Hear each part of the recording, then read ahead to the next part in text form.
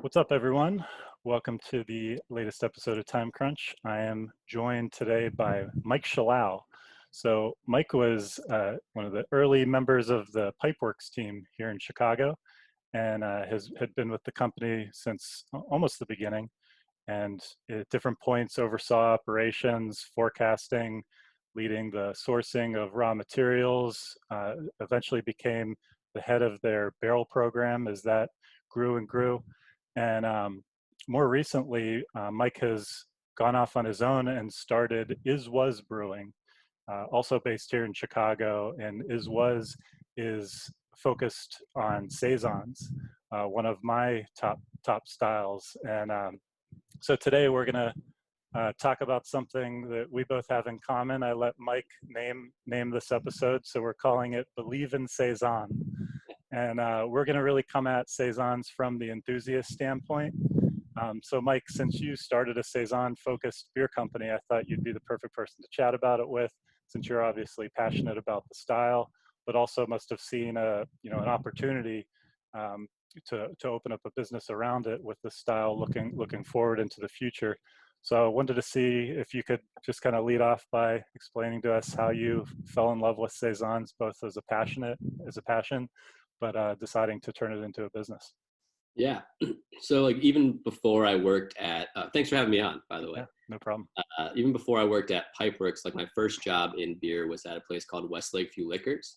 So like back in the day, but like 2011 and 2012. Mm-hmm. Before there were, 8,000 breweries making, hazy IPAs or even making any styles of beer in Chicago. There was just like, it was only Half Acre and Goose and Rev, I think, at that time in Chicago.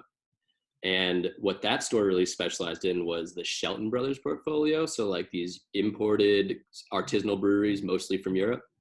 So I started drinking Saison there, where I would drink Blaugie and Fantôme when, and it's kind of how I started drinking beer. So it's like what I fell in love with first. And then working at Pipeworks, we kind of had like a different approach to brewing that kind of evolved, where it was all high alcohol, all kind of pushing the adjunct ingredient thing more than, fermentation profile or anything like that. So I focused a lot on drinking those beers to know what other people were making and where we would stand in that.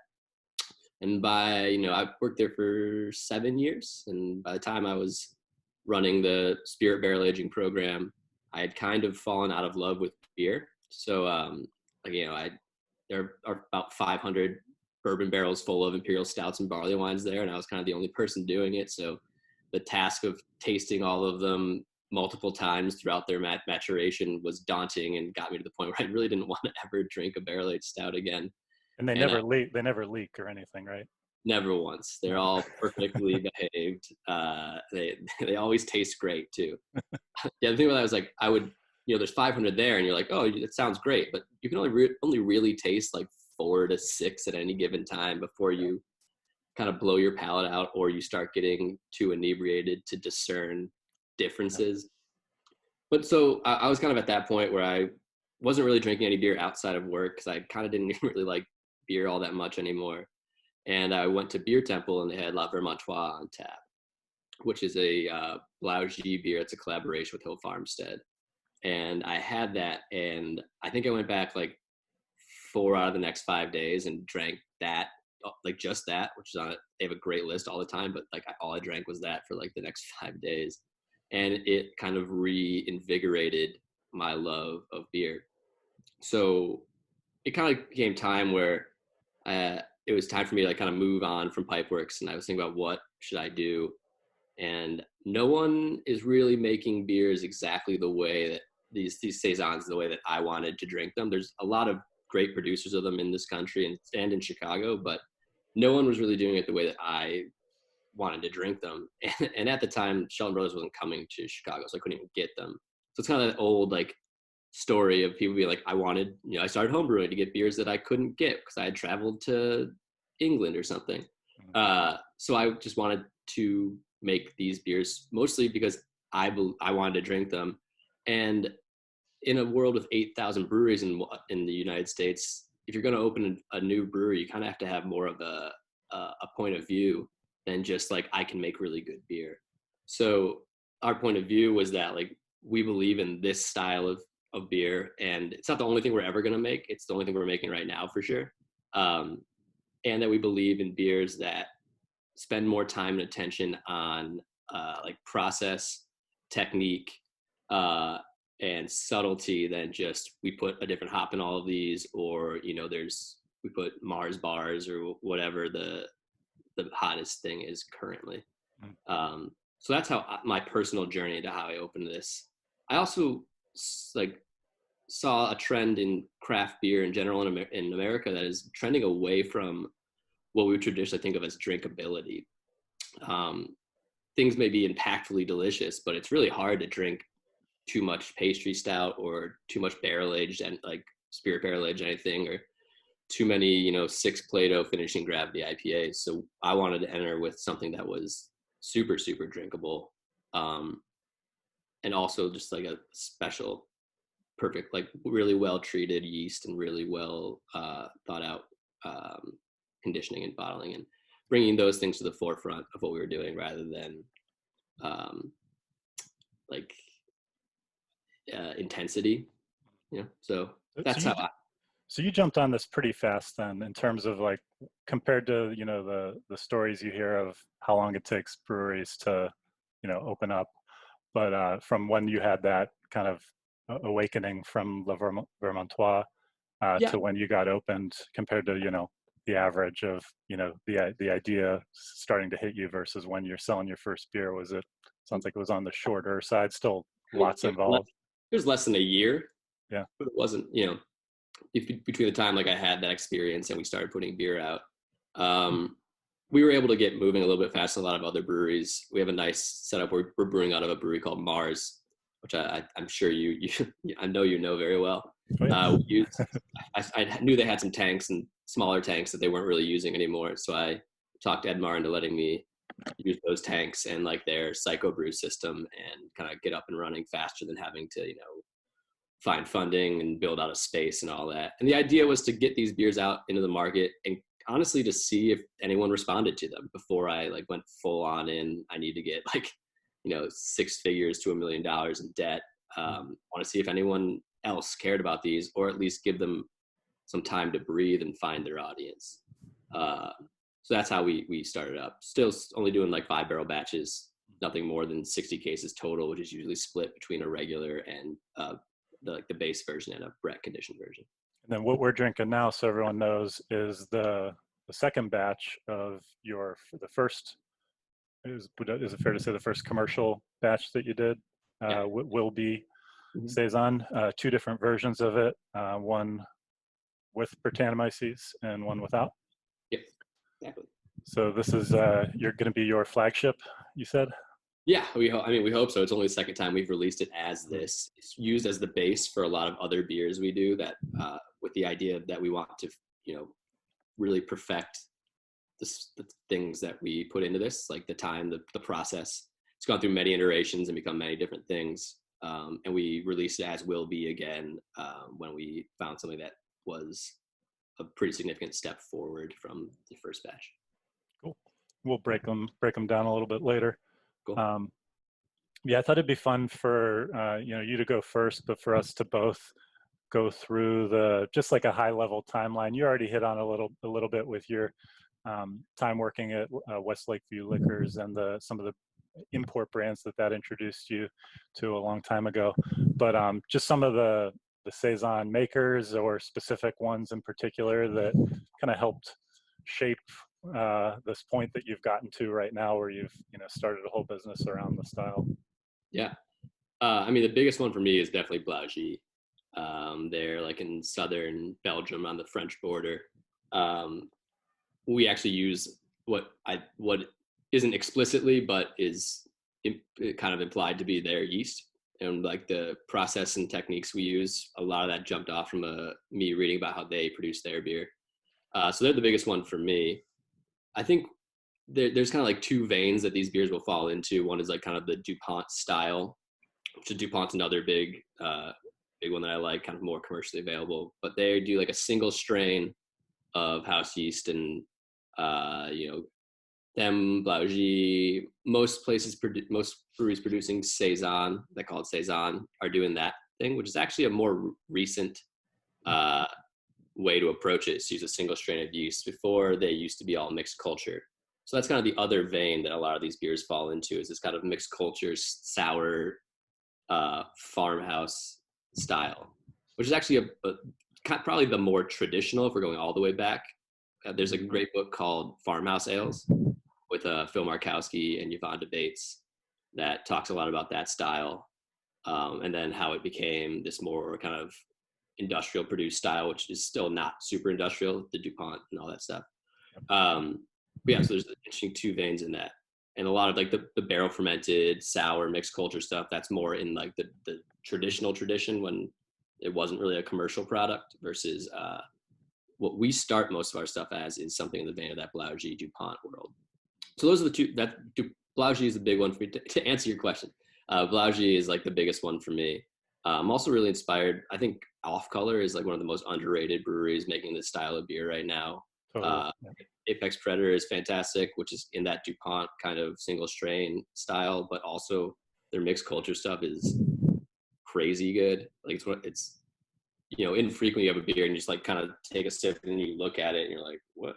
Especially someone who, like, I simultaneously love this style and am someone who really has over time figured out how to dissect beers and reverse engineer them in some way. And I look at some of the stuff they're doing and I'm like, I don't even know how you do that, which is some high praise. They've done a great job championing the style locally too, hosting Saison Day, which unfortunately got canceled this year because of everything going on. But I went to that last year, kind of partnering with Allagash, longtime, I should say, Saison Maker. That's one of my early ones. It was about 2013 when I really came to realize how much I love these beers, and I kind of started at the highest end by somebody giving me a Hill Farmstead Anna, which is, if you're in the area, it's not hard to get. It's a $10 750 milliliter bottle that's typically available. So it's not like it's this rare beer. The rare thing is just being able to get to where you can buy it. But that just, I had that for the first time, which has honey in it. And man, did that blow my mind, and then just set me on the course where I would seek out what was on the shelf here in Chicago, which was Off Color, like you said. Once they opened up, probably a little bit before that, I'd drink Allagash Saison, Tank 7 from Boulevard.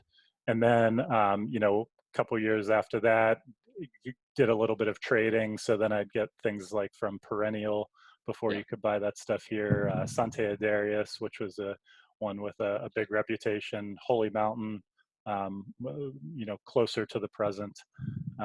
Oxbow is another one I love that I probably got introduced to late compared to how long they've been killing it. Yeah, this world. I just discovered them probably maybe 2 years ago, but pretty awesome. And then we've got locally here. It's been nice, just out of nowhere, between Afterthought, yourself, and then Keeping Together, started by Avery from Jester King. Awesome to see the resurgence here. So I'm sure you're regularly in touch with them. Is that fair to say? Or admirers of each other, maybe? Yeah, absolutely. I love both of them and their beers. We did an event together at Beer Temple where we all talked about Saison and our different approaches. When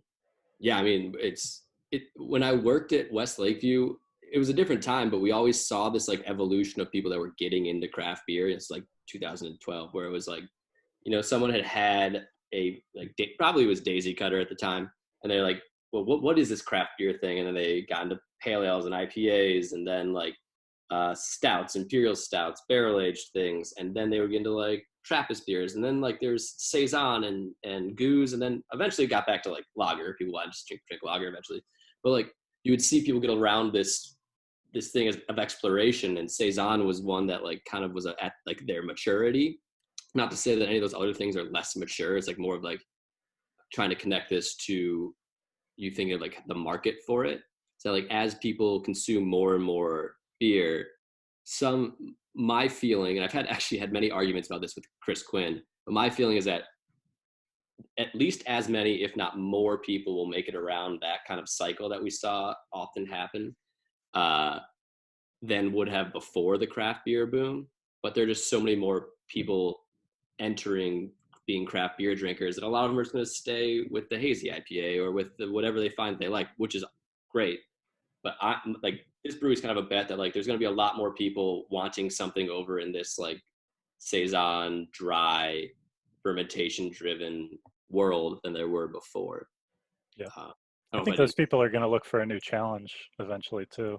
Like Yeah, they might find hazy IPAs eventually become uninteresting, or they just feel like they've conquered them and want to conquer something else. yeah. I mean, and us working in beer, we probably have this experience much more rapidly than a lot of people. But than a lot of other consumers. But I'm like I burnt out on hops at some point where I still like a hoppy beer every once in a while, but it used to be like the thing I craved and I loved and the only thing I wanted. And now it just doesn't do it the same thing for me. Um, and this type of stuff is much more exciting or engaging or attractive. And I think that's going to happen to a lot of consumers that aren't part of the beer industry and don't have the excess of riches of being able to drink whatever they want whenever they want to. So like whether it was, you can answer this like in terms of when you were building your business plan or when you're just developing specific recipes, or even just when a beer's ready to go and ready to start being talked about on your social media feeds. Like how do you in your mind separate the idea of, there's this group of people that are kind of like far along in the circle, like you've said, that are just saison drinkers, and they're the people that are, most likely to grab your stuff and buy it, take it home, enjoy it right away. And then there's this huge, much bigger world of potential people to turn on to saison. Yeah. And I know the answer is you want to do both, but I'm just curious from, I mean, that's the easy way to say it, but like, I was just curious how, like, take me inside your head of how you think about the two, like just the already people that know they love saison, and how you also always need to be building new customers and turning new people onto the style that you're championing yourself. Yeah, I mean, so how we talk about it is a big thing. There's a few big pillars that we try to focus on. How we talk about the beer is one thing, where first and foremost, we want to be talking about how the beer tastes and how it's going to be familiar to people that might not have tried saisons, like things that these yeasts create that you would find in hops or things like that. And then we want to go one step further and try to do some education of like, this is because of a process or because of fermentation. And try to never do that in a way where it's like, look how great we are. We've got this complicated thing. It's like more like, here, check out how cool this is. It's about sharing and engaging people. But I think that a lot of the conversation of education kind of got sidetracked by hops and explaining hops to people and hop varietals and how it's different. And if you had told me when I started working at Pipeworks, or when I was working at West Lakeview, the amount of familiarity the average, or I guess like the average craft beer consumer would have with hops, I would have been shocked. Yeah. So people have a great capacity to learn and have a great desire to learn, I believe, as long as it's presented in a way that is approachable and exciting and engaging. So we try to talk about it as like what you're going to experience, and then if you want to go deeper into it, how you're going to experience it. So when we put up an Instagram post, it's typically like information that's very like important. Like, here's the beer, we're releasing it next week. Usually, here's what what it tastes like, and then here's the process. Sometimes the process is really cool. We'll put the process first. If it's like, if I can say it in like a sentence, and it can be technically correct and engaging, the process might go first. But usually, it's about here's what it tastes like. Here's why it tastes that way. We also try to be really conscious of formatting of like the bottles themselves and price points. So we don't want to like price these things out because they're like special. We try to price them as much as we can to attract people to take a chance on them if they've never had them before, but so that and to still make us a healthy business. So yeah, it's like those two. I think having conversation with the consumer is the big one. And before this, we would do a lot of tastings, and try to get in front of people and talk about it. We don't have a tap room to bring out someone else's brewery. Right. But being able to have like a conversation with someone and explain it, it is super helpful for that. Personal interaction for that is huge. I don't want these to ever to be a single format bottle is something that some people are just never going to purchase. It's not the format we're always going to be in either, but for everything. But having a conversation with people, doing tastings, and meeting people where they are as drinkers, not trying to have a higher level of approach to it. Being like, here's where you're at. Here's what you'll like about this. Try it. See if you enjoy it. And I mentioned this to you. I mentioned this to you when you dropped off my curbside order. But I think the 500 ml size is perfect for you. I'm glad this is the size you're in because, you know, especially during these times, a 750 bottle might be a little overwhelming of a purchase, even money aside, just like not exactly what people are looking for right now.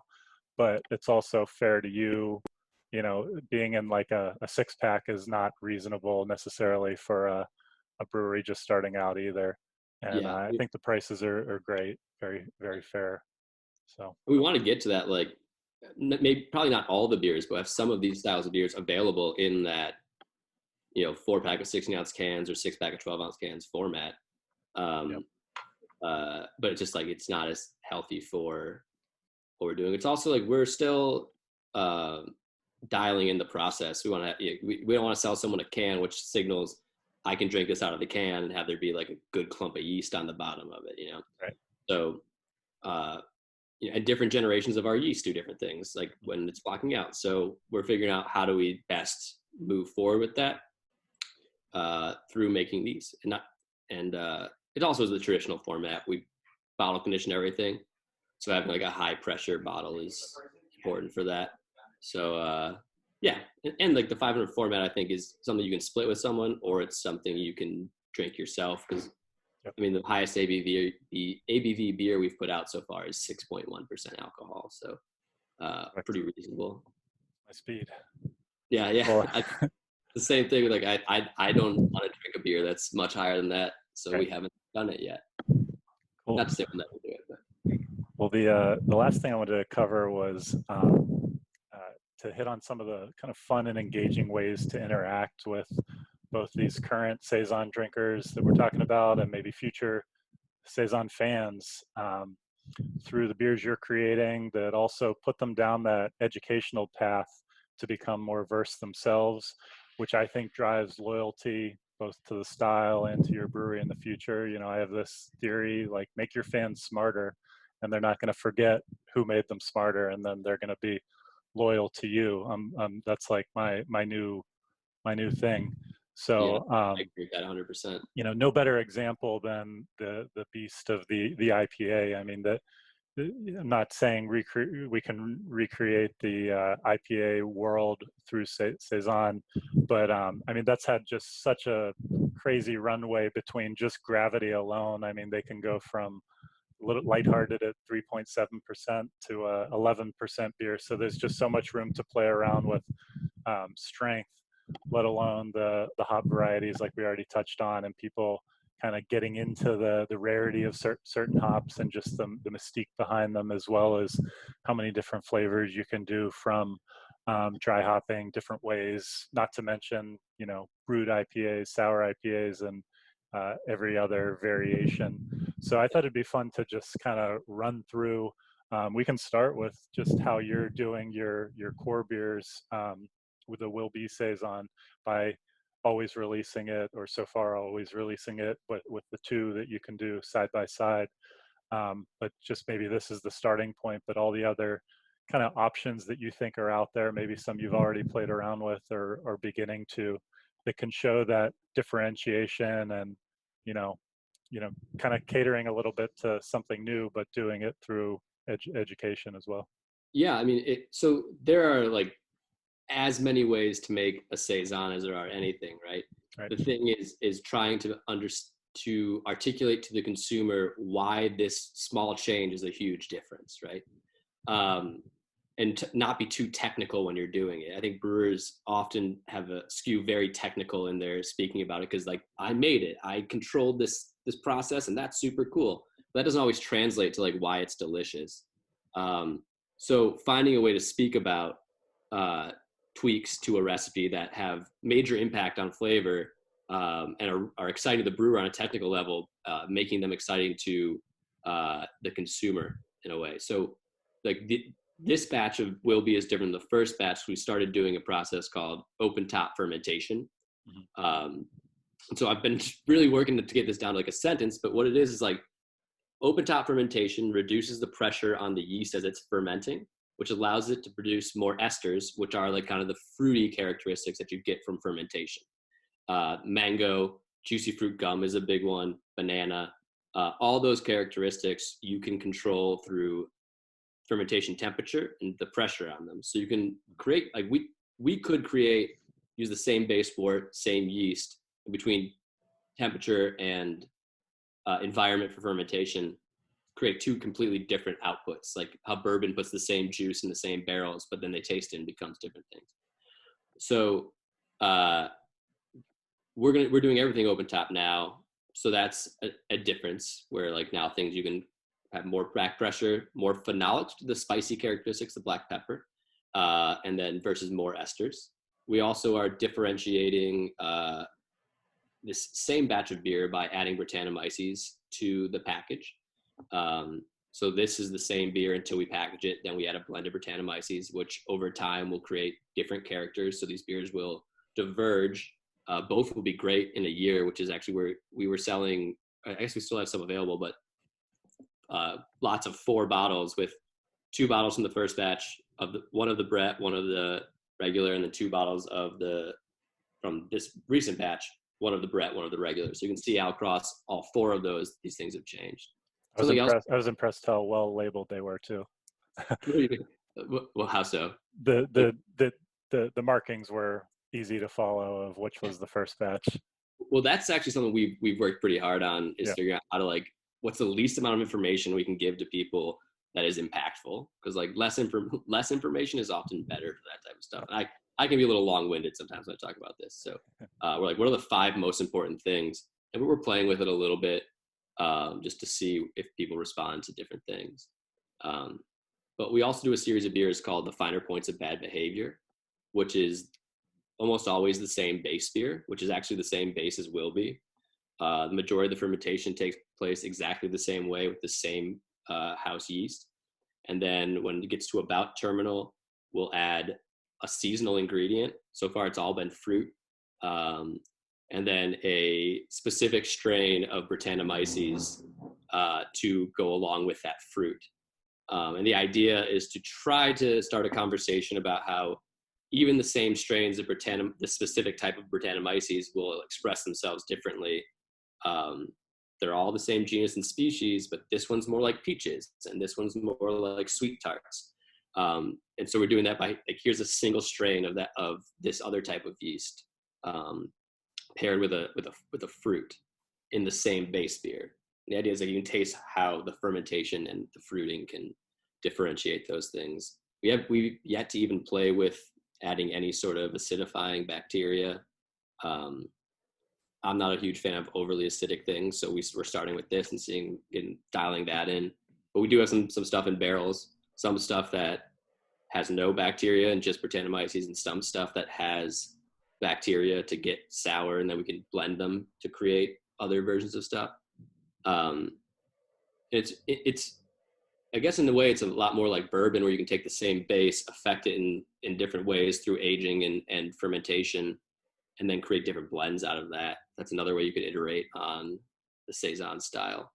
And then dry hopping is obviously one, which is I was going to ask you about dry hopping. Like, you don't strike me as someone that's going to make the same beer and this one's Citra, this one's Mosaic, this one's Mantueca. Like, is that a thing? Like, would you ever, how do you envision yourself, at least in the short term, using dry hops?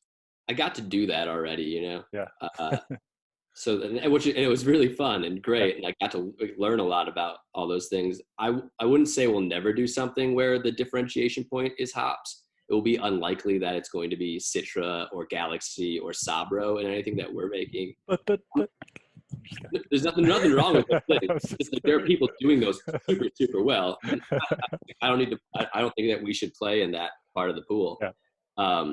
I'm really more excited about these super low alpha things that are happening in Europe specifically right now, like Grüngeist, even like Solea, like a pretty old Goldings hop, and what they can make these beers taste like. 'Cause you get so much fruity character from the yeast that you can use these other characters to expand that. Saphir is another great one. Yeah. So we might do something like that, but it's definitely not going to be in the same.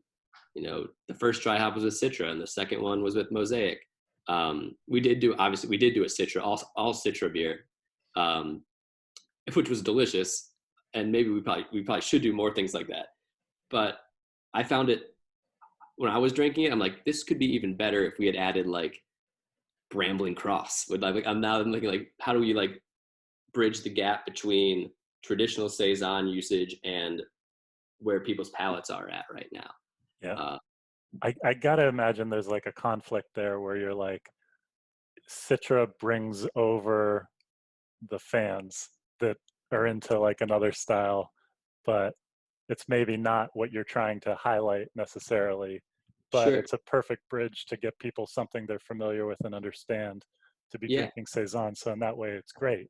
So yeah, well, I learned a lot of stuff while working at Pipeworks, but one of them was that you have to be aware of what you're presenting to someone, and then you have to deliver. You can't just like say something and then like give them something completely else. We would do this a lot with like smoked things, where we would like really downplay the smoky character because we loved how it tasted, but people don't like smoke. And then the slightest bit of smoke threw people off.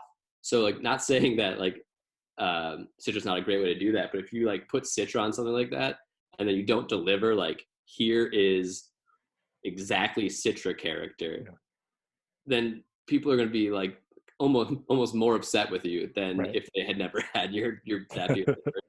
You're getting a real catch-22. Yeah. But yeah. I mean, we'll use those things. I don't know if they'll be in this saison style. I don't know if this is their best application either. This isn't a style where you can just amp up the dosage rates of hops and have it just kind of grow in juiciness. The more alpha acid you use and stuff like this, like they're super dry, so there's not that much there's not that much runway to land the plane hop wise, right? Yeah. Whereas if you have a 6 Plato finishing beer, it's a lot of runway. But I'm not saying we'll never use any of that stuff. We already did, but I still like those things every once in a while, just not as frequently as used to. Well, walk me through real quick the two Will B's, and I've been enjoying these and can certainly appreciate the differentiation. I got like much simpler, cleaner from the non-Brett one, with the Brett version being spicier, more complex. Yeah. But really enjoying these. Oh, thank you. So it's the same exact base beer, which is the Pilsner malt, spelt, which is very traditional in saison brewing, and it's something called triticale, which is actually a man-made hybrid of wheat and rye. You want to get some of the nuttiness of wheat, some of the spiciness of rye in the malt bill. Then we hop it with a couple of European varietals, some newer, some older. The idea there is to get some of those fruity characteristics from hops that people are familiar with, some of the traditional things that people are more familiar with, saisons having, combine those, and we kind of bridge a gap between new world hop character and the fruity characteristic of our yeast. Mm-hmm. These are both fermented really, really hot compared to most ale fermentation. We, to get technical, we knock in at like 80 degrees Fahrenheit, and then we let it free rise from there, and that changes depending on the season. And this second batch actually took quite a bit longer than the first batch, just because it was we actually brewed this in November. Uh-huh. So it took a couple weeks longer to finish fermentation out. All that flavor production is in the first couple days, so when it's hot, it will get the finished sprint of the sugar. took a little bit longer. And this second batch we did, that open top fermentation, I think I talked about earlier. We only have 2 tanks, and every once in a while we have both of them empty. So a while ago, I had this idea, let's try this thing. We have a top man-way tank. So we brewed a double batch, split the same exact wort into 2 separate fermenters, one not open top, one open top, pitched the same pitching rates of yeast, did everything exactly the same. And it was like noticeable how much more ester production there was on the open one, which is like, for me, was super exciting. It translates, I think you get like a lot of really cool juicy fruit, a little subtle banana, like mango-y thing going on. And then it just dries way out. These are under 1 Plato, which like, that's like one, I don't know how to describe it. As drinkable dry as you get. How about that? Yeah. Super dry. Yeah. And then at packaging, we add sugar to re-ferment in the package. We fill the first half, which is like the base, this being this one, shooting for high volumes of relatively high volumes of carbonation. Halfway through, we stop, we eat lunch, and we add a blend of Brettanomyces, kind of mix that tank up, and then finish the bottling run with the Brett version. So it's same exact wort, and it's kind of fun to see how they diverge over time and how quickly some Bretts, there's like 10 Bretts in there. It's also a learning experience for me. This isn't necessarily a commercial thing, but I can start tasting which Bretts kind of express themselves when, which will inform our longer aging program, like the barrel aging stuff, and when we have our own space, fooders and things like that. But yeah, this is one way, and it's also just it's a cool way to bring fermentation to the forefront of talking about these beers. Where has every beer that you've done been both a non-Brett and a Brett version? Have not there been any exceptions? Okay. Yeah. So there was anything that we add Brett to in what I call bulk fermentation. So like the finer points of bad behavior, that's all done in the tank. Those don't have like a second Brett version. That's just straight whatever it was. Everything that we do primary fermentation simply with one yeast, that usually gets a Brett version. Got it. So in terms of like customer feedback, I'm sure you are checking your Untapped and other places where you get ratings, or just your own social media feedback. Is it skewed one way or another of preference from customers, or is it pretty down the middle? Yeah, it's customer to customer, to be perfectly honest. A lot of people like the regular ones more, and a lot of people like the Brett ones more. The Brett ones are interesting. Personally, for me, I like the regular ones often much more. Not that I dislike the Brett ones, but they all kind of regress into like this similar Brett character eventually. At different, like the base beer kind of fades back and the Brett comes forward, which is super cool. Yeah. But yeah, I mean, it's been hard to track any like significant data from anyone. It's also like going to be skewed because like this one's, $1 more and says it has something extra. So then people that would rate it are like, well, I'm going to give it like another half star. Yeah, it's really been like person to person on a lot of that stuff. But it is cool to watch people drink both of them back to back on Untappd, take pictures, and like discuss at least on their ratings of what they like and what they don't like. Not that you would know this officially, but I don't know if you've gotten an idea from any of your retail partners, but do you know if people by this point that are picking up your beer regularly, do you think they've learned that they like one versus the other, so they buy that one? Or do you think people are still in the, well, if I'm going to buy this, I'm going to buy them both and do the whole side by side, whether it's at the same time or on subsequent nights or whatever?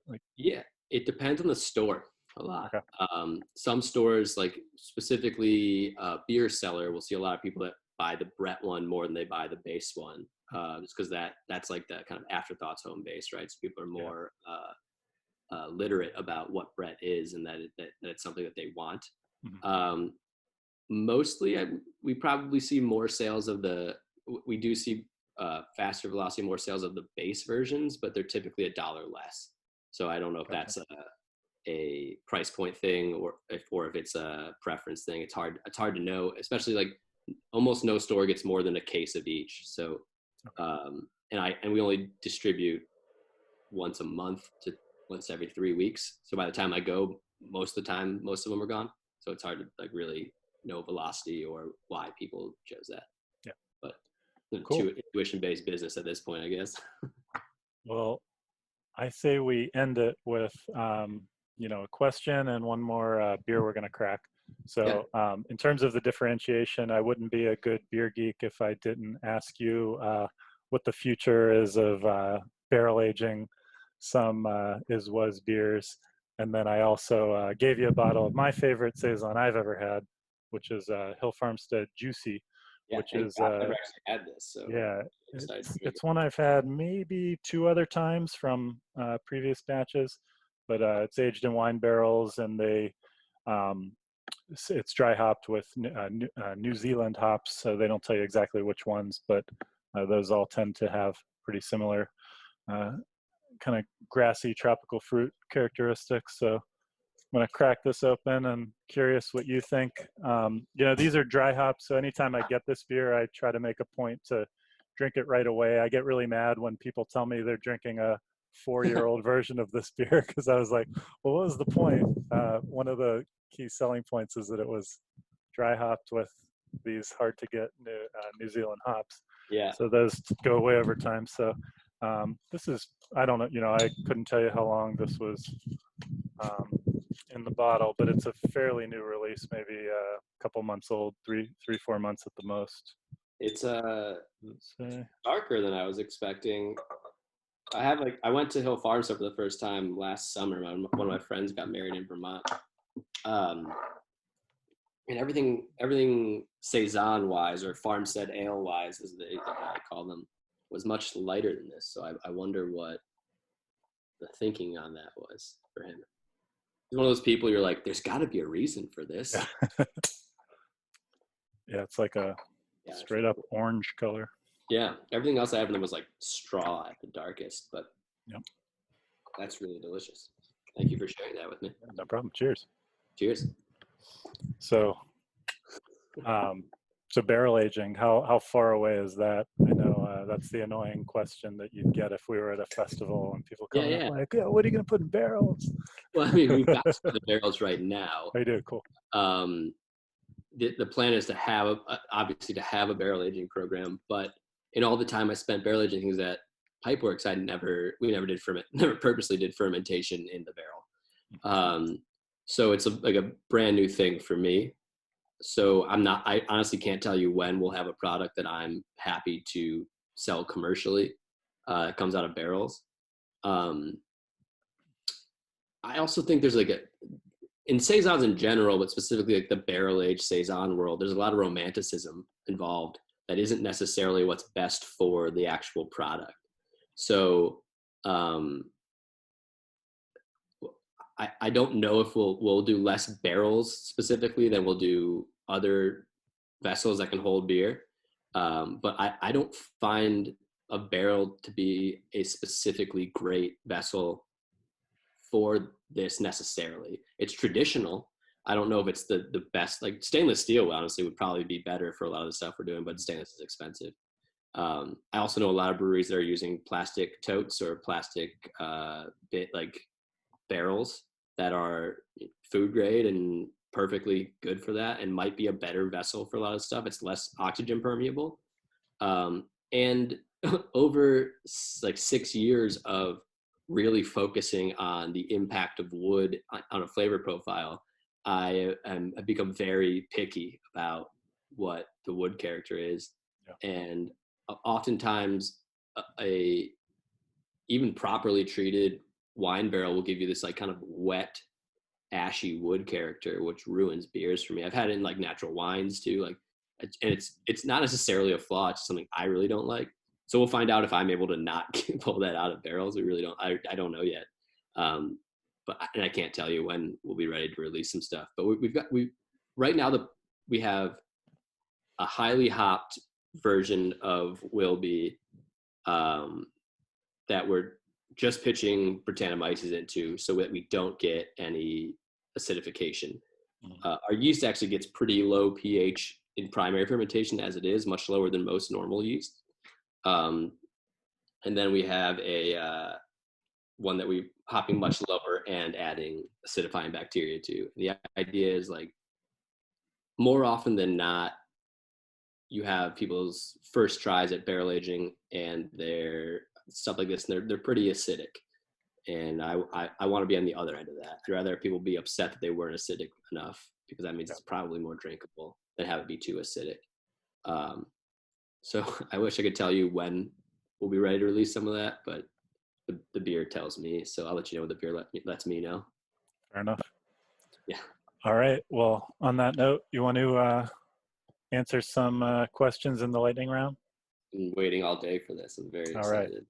So I got a great response from Instagram with some question submissions. Just from Kate? No, a lot of people. There is one from Kate. Some of these you might have actually already answered in the show. They might have just come up naturally and you might have said them, but I'm not going to skip those. I'll just let you say them again. So we're going to put 2 minutes and 10 seconds on the clock.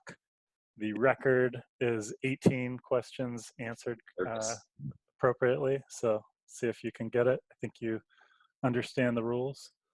Yeah, so, I'm a big fan of the show already. I've watched every episode. Wow, that makes one of you. So thank you. The clock will start when I finish the first question. So Mike, what was another name besides is-was that you at one point considered for at least a minute? There wasn't another. We had a, so. Fair enough. Yeah. If is-was to brew something besides a saison, what would be first? Lager. Who is your favorite Belgian brewer? Blaugy. What do you bottle condition with? What, yeast? Yes. Or what do you, I mean, we use dextrose, and then sometimes we add champagne yeast. Name something that Hudson Lewis taught you at Pipeworks. How not to get a Blink-182 tattoo. What barrel-aged Pipeworks creation of the past are you most proud of? Can I do two? Hyperdog from 2016 and End of Days, I think the same time, but there was a really good, I think it might be only one End of Days. What's the best barrel you've ever worked with? We had some 35-year-old Heaven Hill barrels that were amazing. Sound rare. What is your dream collaboration? Who is your dream collaboration with? Blaugy. What's the sweet spot on age for a bottle of Orval, in your opinion? Personal preference, fresh, actually. Yep. As fresh as possible. What's your favorite hop? Grüngeist. What's the best Chicago-made saison you've ever had, not made by is-was? The key lime yuzu barrel aged thing from Afterthought. Yeah. Cool. Tuborg or Carlsberg? Tuborg. Who has given you the most advice during your pursuits and subsequent launch of is-was? Of is-was my dad. What was your first craft beer? Bomay. What Chicago bar would you say carries the most saisons in your experience? Probably Beer Temple. Favorite new discovery since sheltering in place? Out of the Park Baseball 21. We're out of time. How'd I do? Pretty good. Nice. I think you got 16. Well, who got 18? Shalonda White. Oh, she was great. Yeah, she was ready to win. Yeah. Remember my egg, I guess. Yeah, well done. I think that'll get you into second place. So I'll add them up later. But thanks, Mike. This was fun. Yeah, thanks. This is as we predicted, this is a record length, but that's okay. Why not?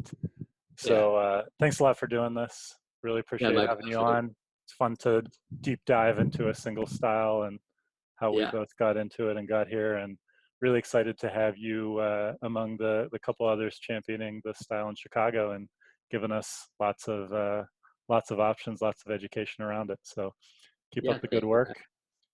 Thank you for having me. I'll do my best. Cool. Thanks, Mike. Yeah.